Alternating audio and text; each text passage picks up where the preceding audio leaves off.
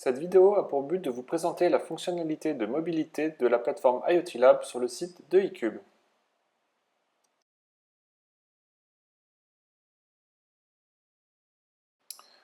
Le site de eCube compte 256 nœuds WSN 430 d'ancienne génération et 140 nœuds M3 et A8 de nouvelle génération. Chaque site IoT Lab a une topologie particulière et complémentaire aux autres sites. La topologie du site de eCube est une grille en 3 dimensions dense, avec des nœuds espacés d'1 mètre.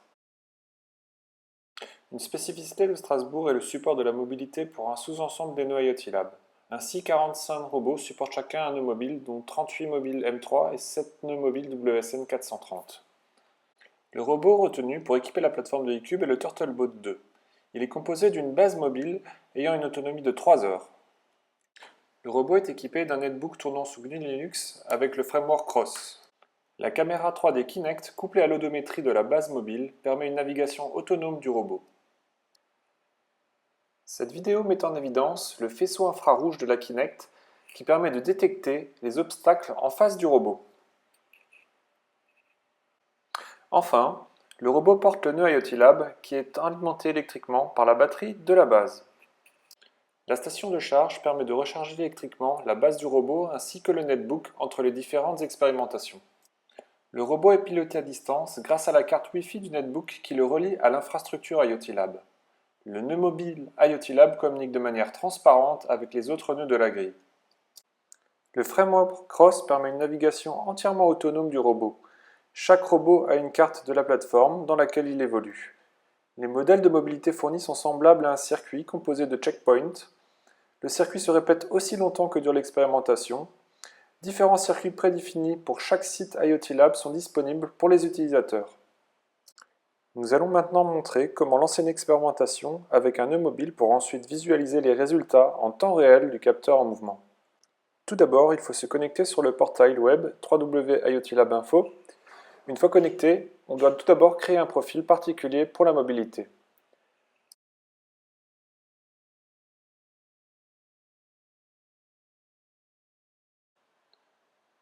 Il faut tout d'abord renseigner un nom pour votre profil.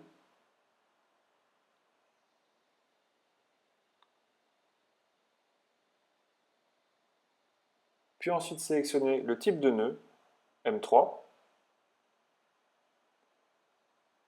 Et cocher ensuite l'option de mobilité en choisissant bien le site souhaité et le type de circuit que vous voulez. Et ensuite sauver votre profil. Après avoir créé un profil, nous pouvons maintenant lancer une expérimentation. Dans l'onglet New Experiment, il faut d'abord donner un nom à son expérimentation, test robot, pour la lancer dès que possible avec une durée de 60 minutes. Sur le site de Strasbourg, nous avons réservé un nœud par son identifiant, le nœud 88. Sur le tableau suivant, il faut associer le nœud que vous avez réservé avec le profil que nous avons précédemment créé. Également, vous pouvez directement associer le firmware que vous voulez déployer sur ce nœud.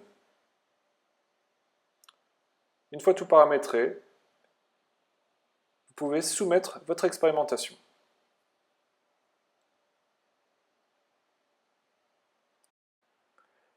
Quelques secondes après la soumission, l'expérimentation passe en mode launching et le robot se décroche de sa base pour aller suivre son circuit.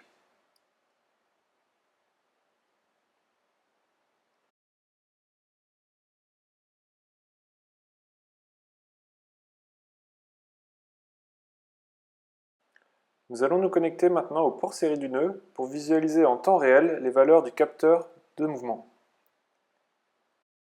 Le capteur de mouvement, ou IMU, est décomposé en 3 senseurs, le gyroscope, l'accéléromètre et le magnétomètre. Notre robot se déplace dans un référentiel plat. Il est intéressant notamment de voir les mouvements du robot associés aux courbes du gyroscope et de l'accéléromètre, et notamment d'observer les pics lors des rotations.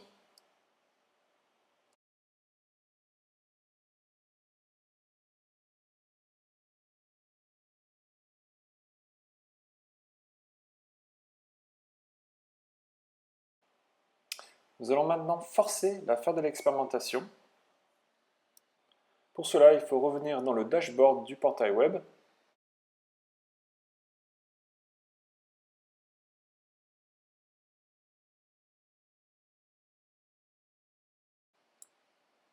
Il suffit de cliquer sur l'expérimentation en cours.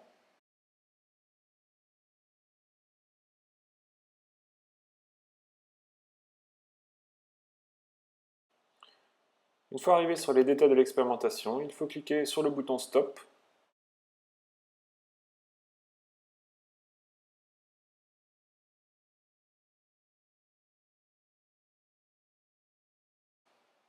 À ce stade, le robot stoppe son circuit et retourne à sa base.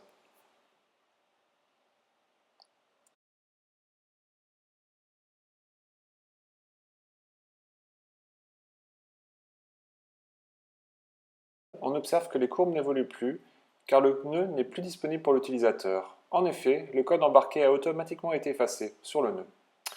Le robot s'est positionné en face de sa base pour aller automatiquement se recharger.